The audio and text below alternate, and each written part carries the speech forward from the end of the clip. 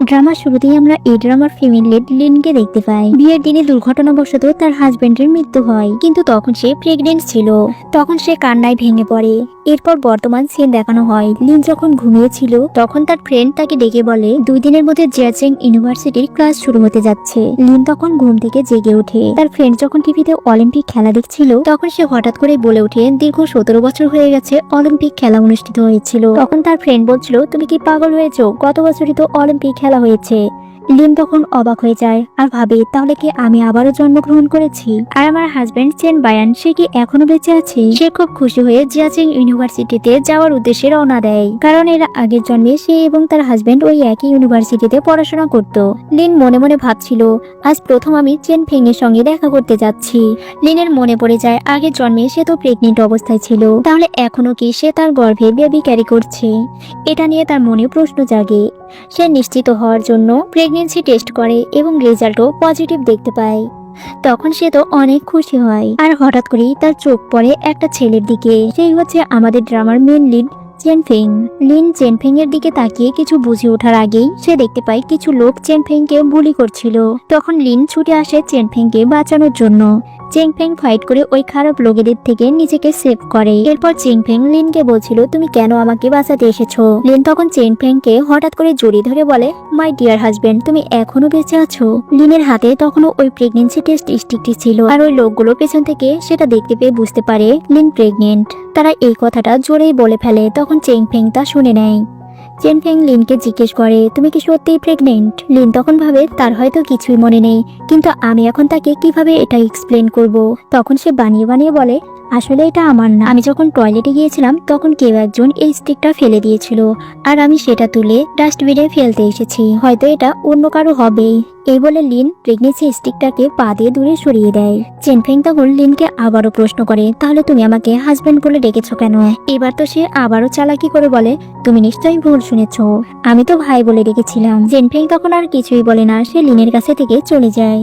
Lin তখন মনে মনে ভাবে আগের জন্মে তুমি ফায়ার ফাইটার ছিলে, যার জন্য তুমি আগুনে পুড়ে গিয়েছিলে, আর এই জন্মে আমি তোমাকে অনেক ভালোবাসবো আর সব বিপদ থেকে তোমাকে সেভ করব। লিন চেনফেং এর বাসার আশেপাশে বাসা ভাড়া নেওয়ার জন্য চেষ্টা করছিল। সে এক বাড়িওয়ালাকে বলছিল ভাড়াটা একটু কম নেওয়ার জন্য, কিন্তু লোকটি তখন বলে 1000 ইউয়ান, এটা কমই ভাড়া, আর এর চেয়েও যদি তুমি ভাড়া কমাতে চাও তাহলে আজকের রাতটা তোমাকে আমার সঙ্গেই কাটাতে হবে। লিন তো এমন কুপ্রস্তাব শুনে সে ভয়ে দৌড় দেয়। লিন তখন ভাবছিল আমি কি তাহলে বাসা ভাড়া পাবো না, আর আমার কাছে তো তত টাকাও নেই। প্রেগনেন্ট অবস্থায় আমার পক্ষে তো এভাবে থাকা সম্ভব না।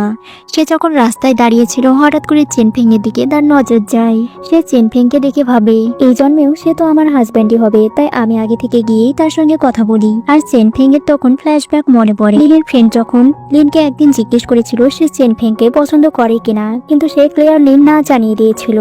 বর্তমানে এবার চেনফেং ভাবে সে তো আমাকে পছন্দই করে না, তাহলে কেন সে বারবার আমার সামনে আসছে।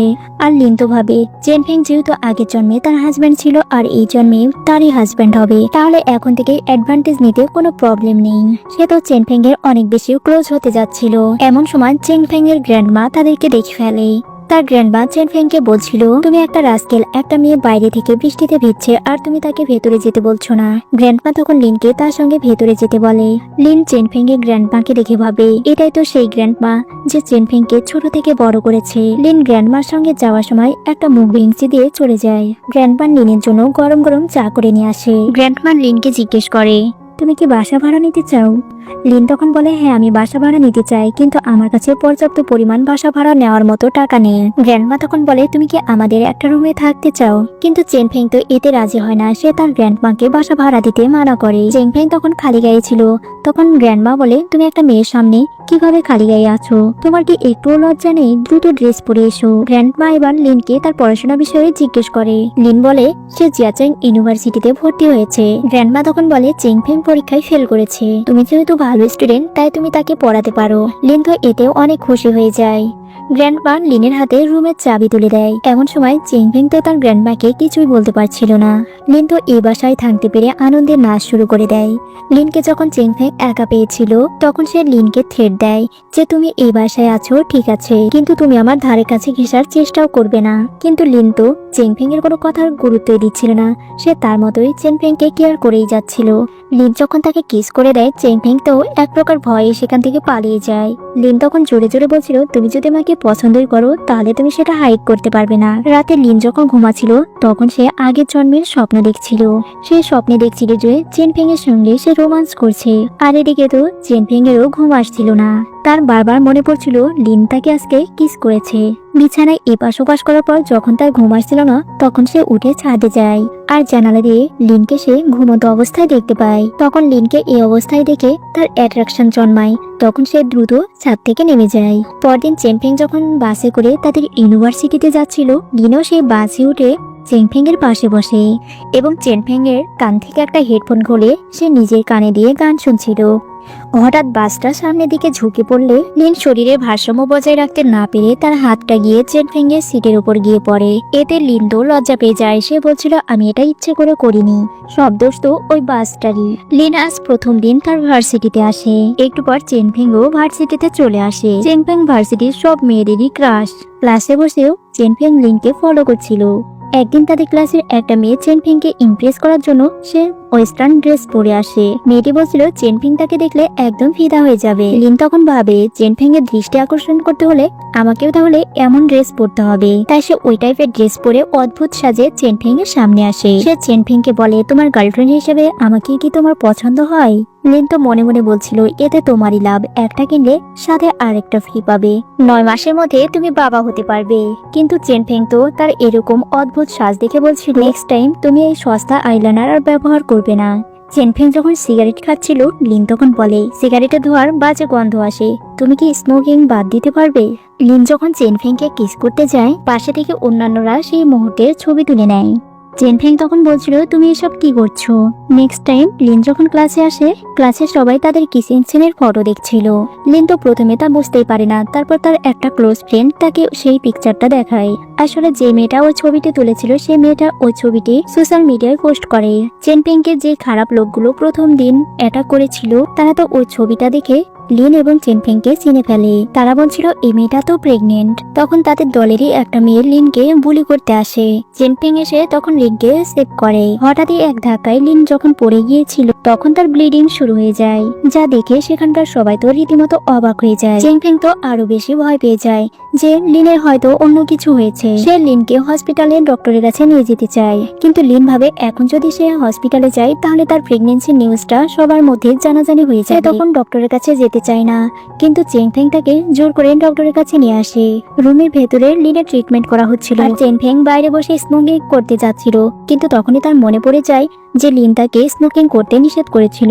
লিনের যখন ট্রিটমেন্ট চলছিল হঠাৎ এমন সময় লিনের একটা ক্লাসমেট এসে দাবি করে যে সে তার বয়ফ্রেন্ড, আর চেংফেংও ওই ছেলেটিকে দেখে ফেলে। ছেলেটির নাম ঝোয়ান। সে লিনকে বলছিল আমি ভাবতে পারিনি তুমি আমার জন্য জিয়াচাং ইউনিভার্সিটিতে ভর্তি হয়েছো, আমি কিভাবে তোমাকে এত তাড়াতাড়ি ভুলে যেতে পারি।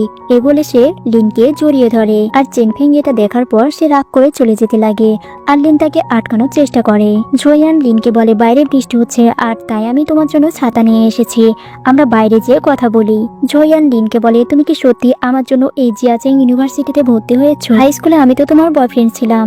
লিন তখন বলে আমি তোমাকে হাই স্কুলে থাকা অবস্থায় পছন্দ করেছিলাম, কিন্তু এখন আমি তোমাকে পছন্দ করি না। ঝোয়ান তখন বলে এই 3 মাসের ব্যবধানে তুমি আমাকে ভুলে গেছো। লিন তখন মনে মনে বলে তোমার কাছে এটা 3 মাস হলেও আমার কাছে তা 18 বছর আগের। চেংফেং মন খারাপ করে ভাবছিল সে কি এখনো ভালো স্টুডেন্টকেই পছন্দ করে। পরের সিনে দেখানো হয় চেনফেং যখন ঘুমিয়েছিল তখন সে একটা দুঃস্বপ্ন দেখছিল, আর লিন এদিকে চেনফেংকে পড়ানোর জন্য আসে। চেনফেং এর গ্র্যান্ডমা বলে চেনফেং এখনো ঘুমিয়ে আছে। লিন তখন চেনফেংকে ঘুম থেকে জাগাতে আসে, কিন্তু চেনফেং তখন স্বপ্ন দেখছিল। ঘুমের ঘরে সে লিনের হাতটা ধরে তার ক্রস করে নেয়। চেনফেং স্বপ্নে এটাই দেখছিল যে সে যখন ছোট ছিল তার বাবা তার মাকে বাসা থেকে বের করে দেয় এবং তার মাকে আগুনে পুড়িয়ে মেরে ফেলা হয়। চেনফেং এসব স্বপ্ন দেখার পরই একটু পর তার সেন্স ফিরে আসে, আর তখনই সে লিনকে তার শরীরের উপরে দেখতে পায়। তখন সে ভাবে লিন তো এখন অলরেডি অন্য কারো গার্লফ্রেন্ড, তাই সে লিনকে দূরে সরিয়ে দিয়ে সে উঠে পড়ে। লিন তখন চেনফিংকে বলে তোমার শরীরটা অনেকটাই গরম, তোমার কি জ্বর হয়েছে? চেনফিং যখন বিছানা থেকে উঠে যায় তখন সে শর্ট প্যান্ট পরা অবস্থায় ছিল। লিন তখন আনইজি ফিল করছিল এবং সেখান থেকে দৌড়ে বাইরে চলে আসে। সে গ্র্যান্ডমাকে এসে বলে চেনফিং এর শরীরে খুব জ্বর। গ্র্যান্ডমা তখন বুঝতে পারে চেনফিং আবারও নিশ্চয় সে দুঃস্বপ্ন দেখেছে।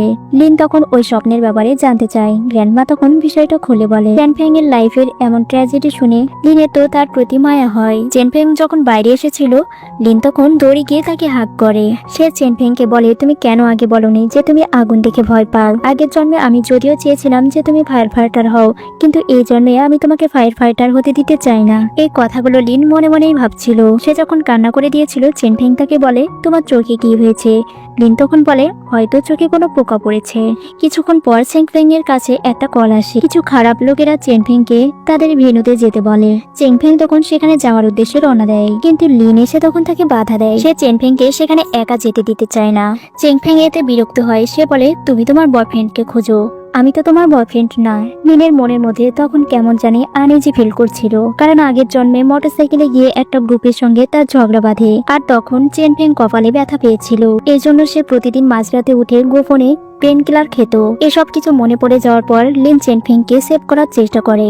সে একটা ট্যাক্সি করে চেনফিং এর পিছু নেয়। ওই খারাপ লোকগুলোর সঙ্গে যখন চেনফিং এর ঝামেলা শুরু হয় লিন তখন একটা বাঁশি দিয়ে পুলিশের গাড়ির মতো হুইসেল দিতে থাকে। এতে তারা ভেবেছিল ঘটনাস্থলে হয়তো পুলিশ চলে এসেছে, তাই তারা সেখান থেকে পালিয়ে যায়। এরপর লিন বেরিয়ে এসে চেনফিংকে বলে তুমি কোথায় ব্যথা পেয়েছো? চেনফিং তখন রেগে গিয়ে বলে তুমি আমার সঙ্গে খেলা বন্ধ করো, তোমার বয়ফ্রেন্ড থাকা সত্ত্বেও কেন তুমি আমার পিছু নিয়েছো? লিন তখন অনেকটা জোরালো ভাবে বলে তুমি কেন তার কথায় বিশ্বাস করছো? চেনফিং তখন তার মুখটা বন্ধ রাখতে একটা কিস করে দেয়। লিন বলে তুমি কি ঝইয়ানের প্রতি জেলাস? আর যদিও আমার বয়ফ্রেন্ড ছিল, তবে এখন আমি তোমাকেই ভালোবাসি। এই কথা শোনার পর চেনফিং তাকে কিছু না বলে তার কাছে থেকে চলে যায়।